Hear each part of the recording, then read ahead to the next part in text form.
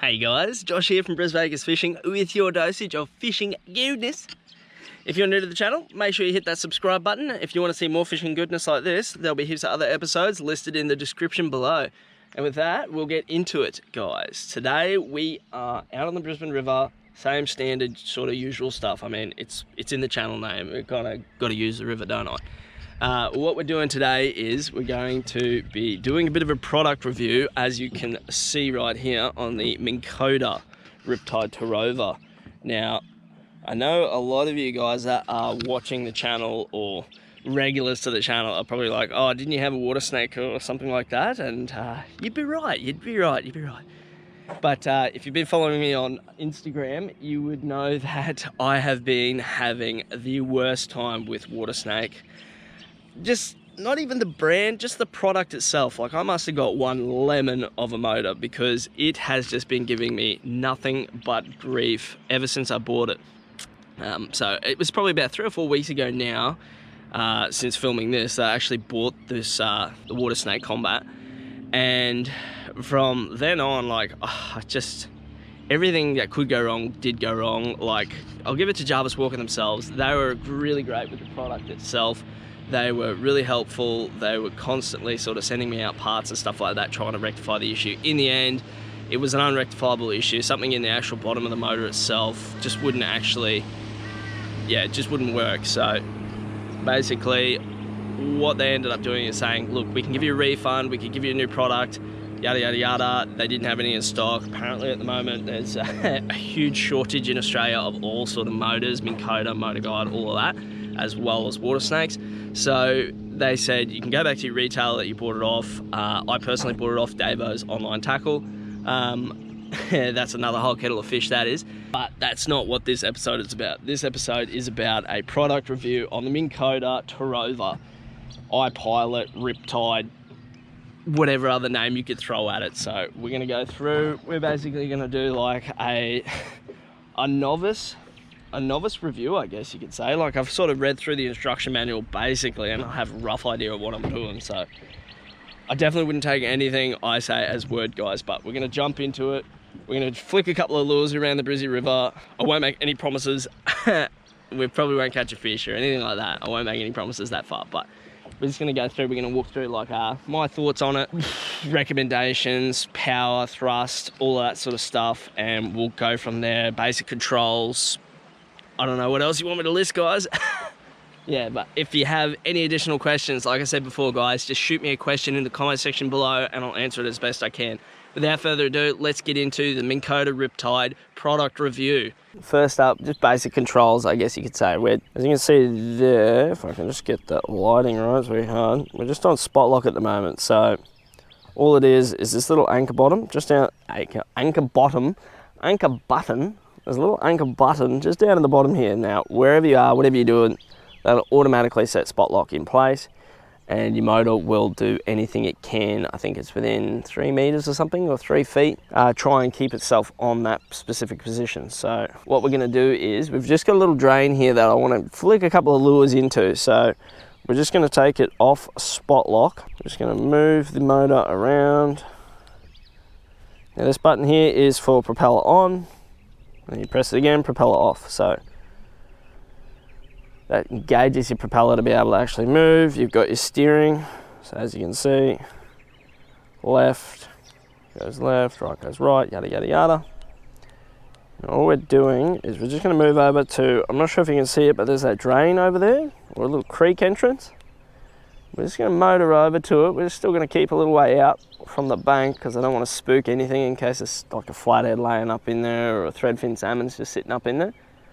Quite often they'll just wallow up in there. You've got your speed variation, so we can just dial that back, move over a little bit further. All right, now I'm just gonna hit spot lock. It'll just adjust its position on whatever it needs to do in order to get us into a comfortable position so that we can then flick lures, do whatever you want to do. If you want to just anchor up for the day.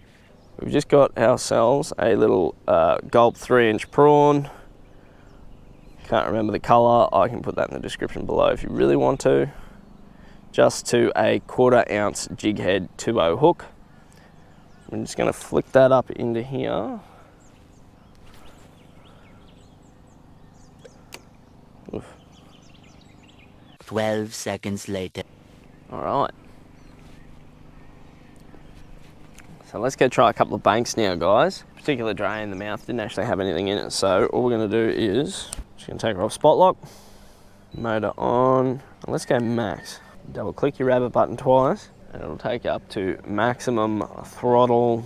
Now, this particular model, I bought the 54-inch shaft, and it has 55 pounds of thrust. So pretty much the same as the Watersnake that I did have, but obviously it works in the water, whereas the Watersnake did not work. So see if we can get across the river before this jet ski comes along. I'm not gonna lie, like, this thing fairly well hooks it. Like, I have a 4.5 meter boat. It's not a light boat by any stretch of the imagination.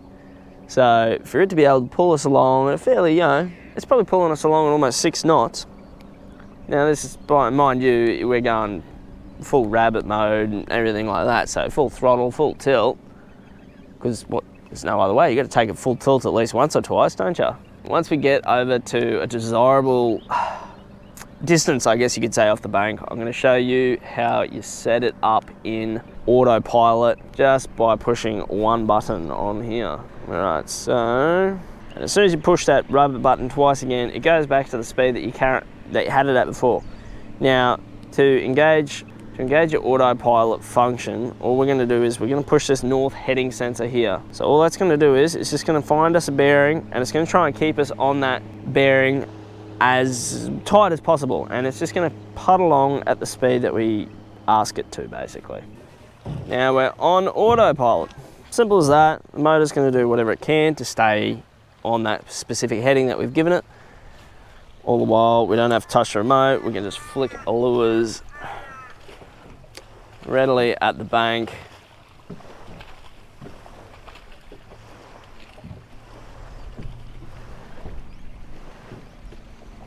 And carry on fishing virtually.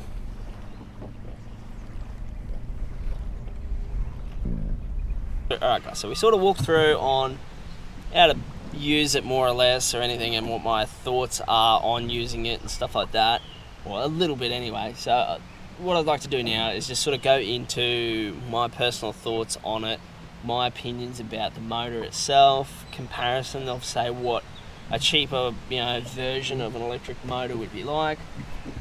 I'd definitely say you get what you pay for. Like, end of the day, you get what you pay for. $600 for an electric motor versus $3,000 for an electric motor. You're going to see a lot of startling differences. I know people are going to say, well, yeah, that's obvious, isn't it? But at the same time,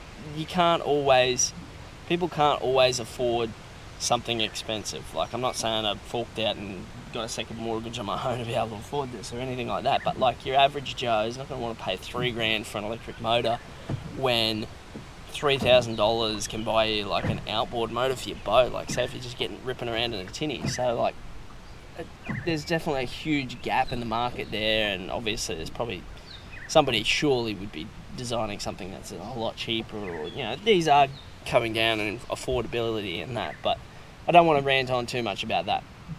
I also want to talk about what my opinion is of it or from a bait fisherman perspective. Like, it's a first for me getting into lure fishing and that. Like, I've tried it in the past. I haven't been super successful with it. I've gone off the bite, so to say.